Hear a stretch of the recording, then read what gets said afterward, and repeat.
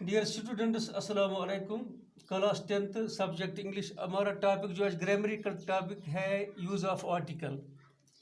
Article में हम आमतौर 3 लफ्ज़ इस्तेमाल करते हैं, ए, एन और द। तो इसका काम क्या है?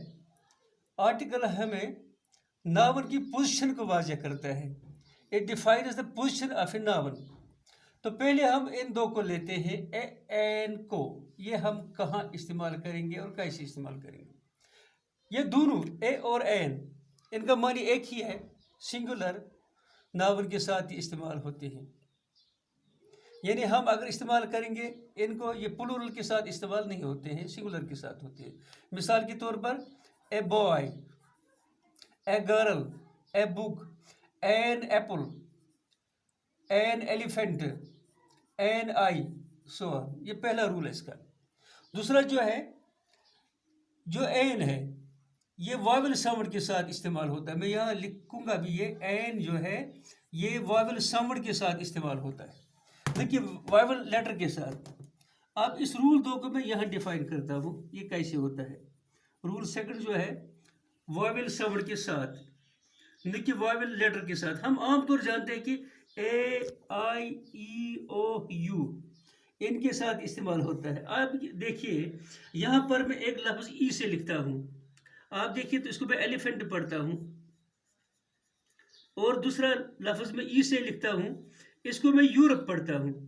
तो यहाँ पर क्या देखते हैं, एलिफेंट जो है ये साउंड हमारी जो है ये वावल साउंड है। एलिफेंट यानी अलिफ से अगर हम उर्दू में लिखेंगे तो अलिफ से बनेगा ये एलिफेंट, और अगर यूरोप लिखेंगे तो ये यू से बनेगा, ये से बनेगा यूरोप। तो यहाँ पर क्या होता है, ये वाली आवाज़ जो है ये कॉन्सोनेंट साउंड है, तो यहाँ आएगा a Europe, a European lady, an elephant, ये वावल साउंड है। हालांकि दोनों हमें इस ग्रुप में आते हैं, वावल ग्रुप में, लेकिन साउंड जो है साउंड पर डिपेंड है। यहाँ पर एलिफेंट वावल साउंड है, यहाँ यूरोप। अब देखिए दूसरा लफ्ज़ ओ से लिखते हैं हम, ऑरेंज, और इसी से हम लिखते हैं वन। तो यहाँ पर हम देखते हैं ऑरेंज, अलिफ से अगर उर्दू में इसको लिखेंगे हम ऑरेंज, अलिफ से लिखेंगे, ऐसे लिखेंगे हम ऑरेंज, तो हमारी साउंड जो यहाँ पर है वावल साउंड है। और यही ओ से हमने वन लिखा यहाँ पर, ये वाव से बन गया, तो ये हमारी साउंड जो कॉन्सोनेंट साउंड है। ए 1 रुपये नोट, एन ऑरेंज। अब देखिए फिर और लफ्ज़ यू, यूनिवर्सिटी। तो जब हम उर्दू में इसको लिखेंगे ऐसे लिखेंगे यूनिवर्सिटी, और इसी से हम लिखेंगे अम्ब्रेला, अम्ब्रेला। तो ये साउंड जो हमारी है ये है वावल साउंड। तो एन अम्ब्रेला, और ये जो यहाँ पर हम देखते हैं यूनिवर्सिटी, ये consonant sound, A university, he is a university student. अब आगे चलिए हम और देखते हैं जो हमें वावल ग्रुप में नहीं आए लेकिन यहाँ पर आते हैं वो। आप देखिए मिसाल के तौर पर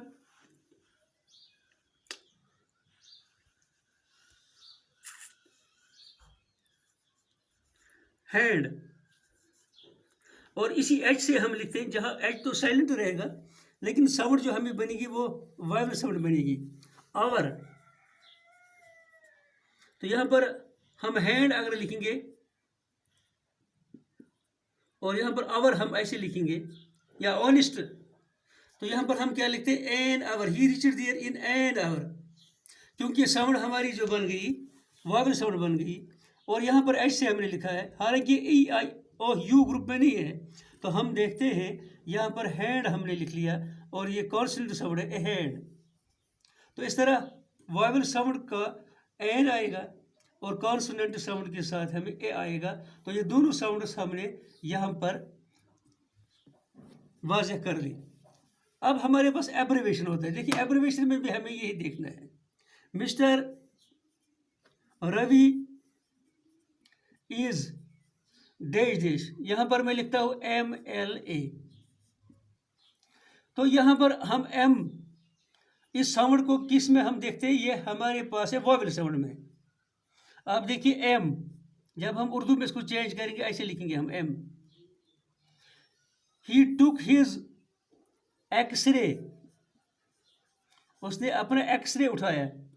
एक्सरे हम उर्दू में लिखते हैं ऐसे एक्स रे, तो यहाँ पर क्या आएगा, ही Ravi is an M L A, और यहाँ पर ही took an x ray.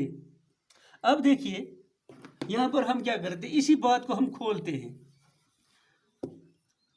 Mister Ravi is dash dash member of legislative assembly, member of legislative assembly.